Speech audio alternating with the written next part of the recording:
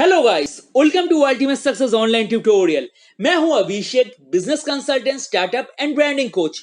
और आज हम लोग करेंगे प्रैक्टिकल एमबीए का लेक्चर नंबर 3।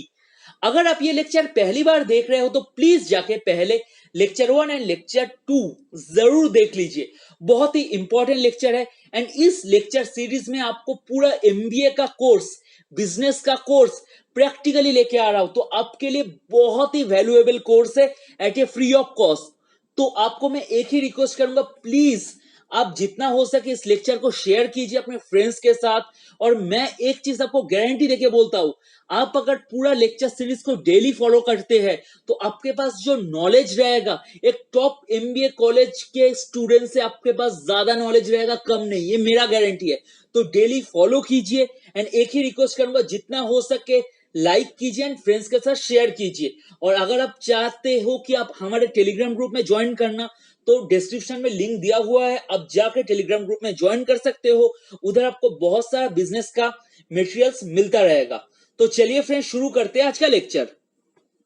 तो गाइस, आज हम लोग सीखेंगे कोई भी बिजनेस में स्टेक होल्डर्स कौन होता है।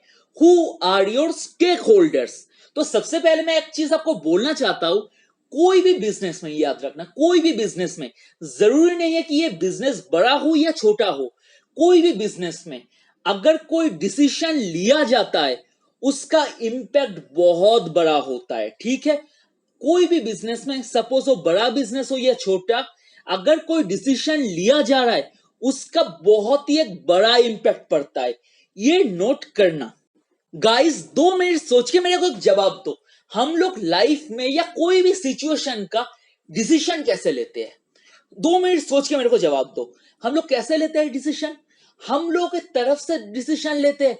कौन सा डिसीजन हमारे लिए अच्छा होगा, कौन सा डिसीजन हमारे सोच के हिसाब से अच्छा होगा, वही डिसीजन हम लोग लेते हैं। बाद में अगर थोड़ा बहुत टाइम बच जाता है तो हम लोग सोचते हैं ये डिसीजन के वजह से हम जिन लोगों को प्यार करते हैं, जिन लोगों को केयर करते हैं, उन लोगों को कैसे अच्छा होगा, ये सोच के हम लोग डिसीजन लेते हैं। बट इन बिजनेस अगर हम लोग कोई डिसीजन लेते हैं हमारे तरफ से सोच के, कभी कभी ये सिचुएशन होता है जो हम सोचते हैं वो हमारे लिए सही है बट दुनिया के लिए सही नहीं है, बिजनेस के लिए सही नहीं है। हम हमारी तरफ से सोच के एक डिसीजन ले लिए बट ये डिसीजन बिजनेस को कोई गलत डायरेक्शन में लेके जा सकता है जो हम लोग कभी सोच भी नहीं सकते।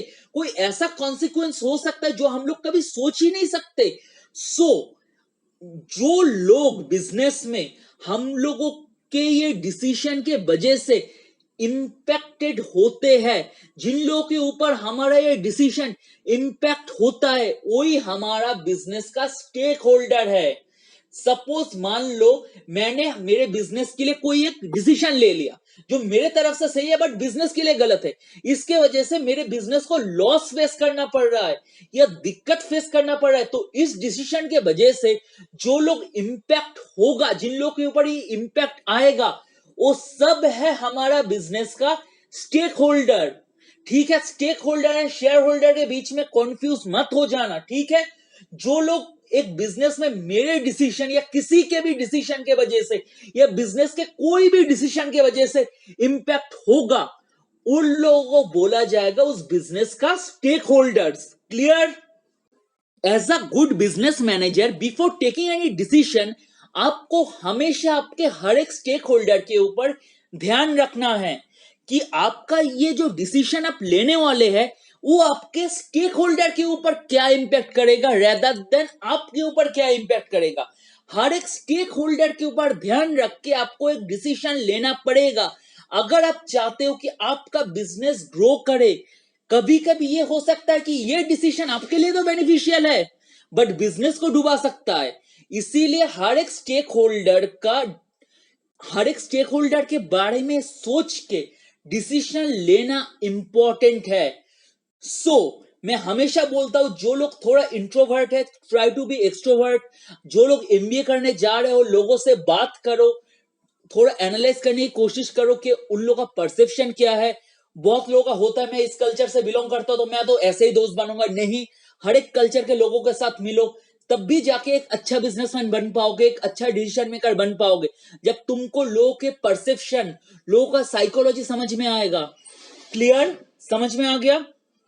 तो अभी हम लोग देख लेते हैं कि हमारा जो स्टेक होल्डर है ये कौन होता है, क्योंकि बहुत लोग सोचता है कि जो कंपनी का शेयर खरीदता है वही स्टेक होल्डर है, बट ऐसा नहीं है।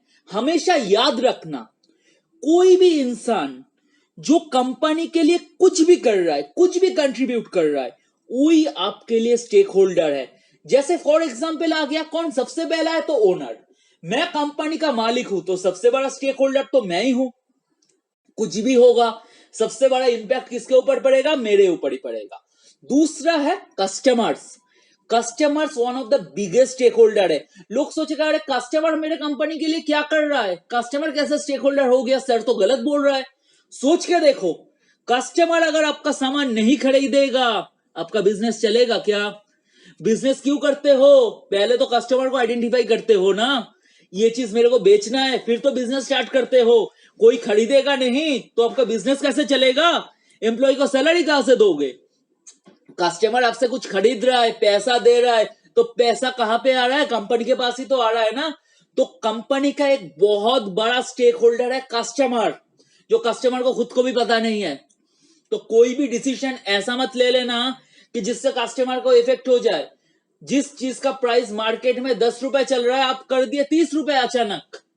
10 रुपए आपका भी चल रहा था, सबका चल रहा था, आपका बिजनेस अच्छा चल रहा था, बाकी लोगों से अच्छा चल रहा था। तो अब सोचे अरे मेरा बिजनेस तो अच्छा चल रहा है, तो मैं इसको 10 रुपए से 30 रुपए कर देता हूं, तो मेरे लिए ज्यादा प्रॉफिट आएगा। डिसीजन सोचो, डिसीजन क्या सोच के लिए? खुद के लिए, मेरे लिए ज्यादा प्रॉफिट आ जाएगा। इंपैक्ट क्या किया? कस्टमर सोचा अरे 10 रुपए का चीज 30 रुपए हो गया, ऑपोजिट कंपनी जो 10 रुपए में बेच रहा है स्विच हो गया, काम खत्म। 10 रुपए को मैं मैक्सिमम अब 12 रुपए कर सकते हो। बहुत ज्यादा हो गया, मार्केट में बहुत डिमांड है तो 15 रुपए। 30 रुपए करोगे लात मारेगा, चला जाएगा, बिजनेस का डायरेक्शन ही पूरा घूम गया। समझ में आ गया? नेक्स्ट जो बिजनेस का सबसे बड़ा स्टेक होल्डर है वो है एम्प्लॉइज। इसके बिना आप बिजनेस चला पाओगे क्या? आपका 10 हाथ है या 20 हाथ है, एम्प्लॉइज तो चाहिए ही ना। यही तो एम्प्लॉइज है जो आपके लिए खून पसीना बहा के आपके लिए बिजनेस कर रहा है, बिजनेस ला रहा है, आपके बिजनेस को बड़ा कर रहा है। ऐसा कोई डिसीजन मत ले लो जिससे एम्प्लॉय नाराज हो गया। एम्प्लॉय मेहनत तो कर रहा है बट उसको आप सैलरी इंक्रीज नहीं कर रहे हो, उसको इंक्रीमेंट नहीं दे रहे हो, उसको रिवॉर्ड नहीं दे रहे हो, उसको रिकॉग्निशन नहीं मिल रहा है। एम्प्लॉय आपके पास रहेगा, वो अपने दोस्त से बात करेगा, दोस्त बोलेगा अरे भाई आजा मेरे कंपनी में बहुत रिकॉग्निशन दे रहा है, सैलरी 20% इंक्रीज कर देगा, क्या कर रहा है तू, आजा। 2 दिन में आपको लात मार के चला जाएगा। अच्छे एम्प्लॉय ढूंढते रहना। फिर ये इससे आपका एक डिसीजन के वजह से एम्प्लॉय इफेक्ट हो सकता है। उसके बाद आता है इन्वेस्टर। इन्वेस्टर कौन है? जो आपके कंपनी में पैसों से इन्वेस्ट कर रहा है। उसको कुछ पता नहीं है कंपनी का, उसको ये चाहिए कि मैं इतना इन्वेस्ट किया हूं, मेरे को रिटर्न दो। रिटर्न नहीं आएगा तो आपके साथ रिलेशन खराब होगा। जैसे जेब बेजोस कौन है? अमेज़न का फाउंडर, उसको इन्वेस्टर बोलता था जेब भाई पैसा कब आएगा, पैसा कब आएगा। जेफ बेजोस क्या बोलता था? वेट करो, मैं आज का नहीं सोच रहा, मैं 10 साल का सोच के चलता हूं। ठीक है, तो ये हो गया इन्वेस्टर। ऐसा कुछ मत कर दो कि इन्वेस्टर का भी नुकसान हो जाए। ठीक है, उसके बाद है अपर लेवल मैनेजमेंट, जो ओनर के नीचे आता है। अगर आपका ऐसे कोई उल्टा सीधा डिसीजन के वजह से सेल रुक जाएगा तो अपर मैनेजमेंट को सैलरी कौन देगा? आप, या पूरा मैनेजमेंट ही तो फंस जाएगा। या आपने मान लो ऐसा कोई डिसीजन लिया, आपने घोटाला कर दिया कंपनी में, पूरा ऊपर से लेके नीचे मैनेजमेंट खत्म। तो कोई भी डिसीजन लेने से पहले सबसे पहले तो ऑनेस्टी मेंटेन करना। दूसरा चीज है हर एक स्टेक होल्डर के बारे में सोचना। जरूरी पड़े तो एक स्टेक होल्डर लोगों के साथ मीटिंग ऑर्गेनाइज करना, उन लोगों के सामने प्रेजेंटेशन देना, ये डिसीजन आप लेने वाले हो, उन लोगों से वोटिंग कराना, फिर जाके कोई डिसीजन लेना जिससे स्टेक होल्डर को लगे कि हम लोग भी इस कंपनी का एक पार्ट है। और इससे क्या होगा? आपका ट्रांसपेरेंसी बिल्ड होगा लोगों के सामने, आपके एम्प्लॉयज के सामने आप लोगों का ट्रांसपेरेंसी बिल्ड होगा। हमेशा सिचुएशन को इवेल्युएट करके डिसीजन लेना ही स्टेक होल्डर को खुश करना नहीं होता ना, स्टेक होल्डर के बारे में सोचना होता है।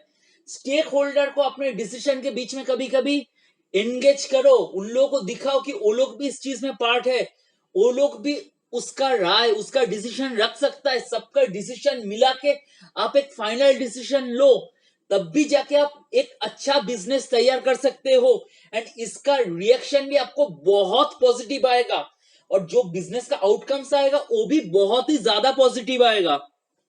गाइस, जो लोग हमारा अभी लेक्चर सुन रहा है, इनमें से जो लोग एक बहुत बड़ा बिजनेसमैन बनना चाहता है, या बिजनेस फील्ड में कुछ करना चाहता है, या बहुत बड़ा बिजनेस कंसल्टेंट बनना चाहता है, सबके लिए मैं हमेशा एक ही चीज बोलता हूं, आपका इमेजिनेशन स्किल बहुत ज्यादा पावरफुल होना चाहिए। आप क्या सोचते हो, आप कितना दूर तक सोच सकते हो, आप कितना इनोवेटिव हो, आप कितना विशनरी हो, ये मायने रखता है एक अच्छा बिजनेसमैन बनने के लिए। सबसे पहला स्टेप, आप जितना सोच पाओगे उतना बड़ा आप टारगेट बना पाओगे।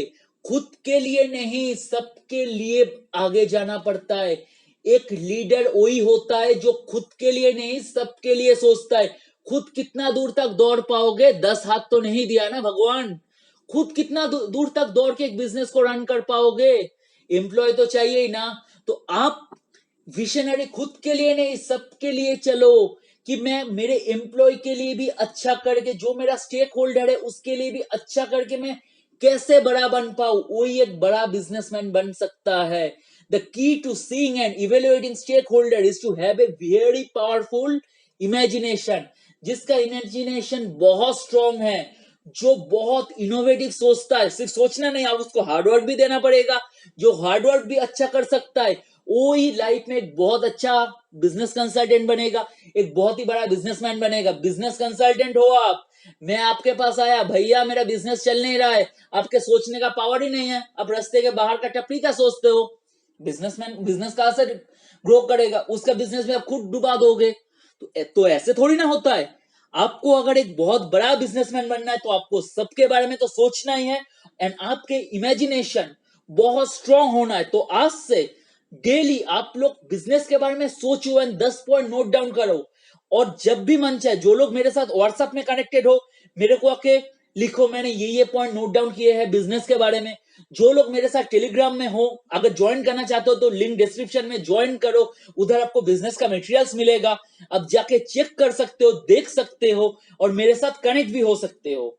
ठीक है, आई होप इतना तक आपको क्लियर हो गया। तो चलो नेक्स्ट देखते हैं। गाइस, मैं फिर से आप लोगों के लिए सोचने का चीज लेके आ गया। जो लोग सोचेगा वही बिजनेस में आगे बढ़ेगा। तो चलो मेरे साथ सोचो, ठीक है। आपके एक डिसीजन के वजह से, एक minute, business leader, business manager या बिजनेस ओनर की तरह सोचना।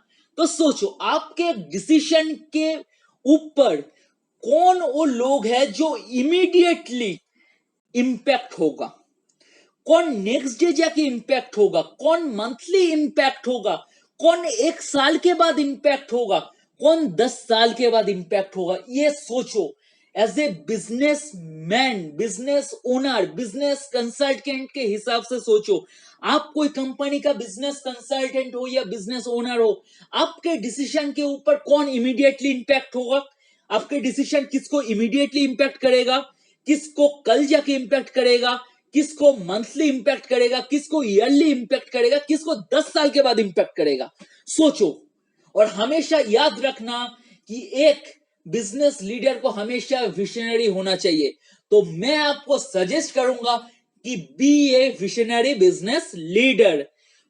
हमारा लेक्चर इधर ही खत्म होता है। आई होप आपको ये लेक्चर बहुत ही पसंद आया होगा। अगर लेक्चर अच्छा लगे तो प्लीज लाइक कीजिए, कमेंट कीजिए, जितना हो सके लेक्चर को फैला दीजिए, क्योंकि बहुत लोग हैं जो पैसे के लिए एमबीए नहीं कर पाते हैं, एंड मैं फ्री ऑफ कॉस्ट में आपको एमबीए करा रहा हूं। तो जितना हो सके प्लीज शेयर कीजिए, एंड ग्रुप में, टेलीग्राम ग्रुप का लिंक है, ज्वाइन कर लीजिए। तो चलिए friends, bye, have a nice day.